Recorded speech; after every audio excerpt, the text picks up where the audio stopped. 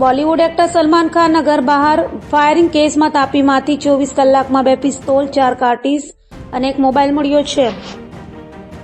મુંબઈમાં સલમાન ખાનના ઘરની બહાર ફાયરિંગ કરનારા આરોપીઓ સુરત આવી તાપી નદીમાં 2 પિસ્તોલ ફેંકી દીધી હતી. આ કેસમાં મુંબઈ ક્રાઇમ બ્રાન્ચે 2 દિવસથી સુરતમાં ધામા નાખ્યો છે અને તાપી નદીમાં સર્ચ ઓપરેશન હાથ ધર્યું છે, જેમાં 1 દિવસની શોધખોળમાં 1 પિસ્તોલ મળી આવી હતી, જ્યારે બીજી પિસ્તોલ પણ આજે મળી આવી છે.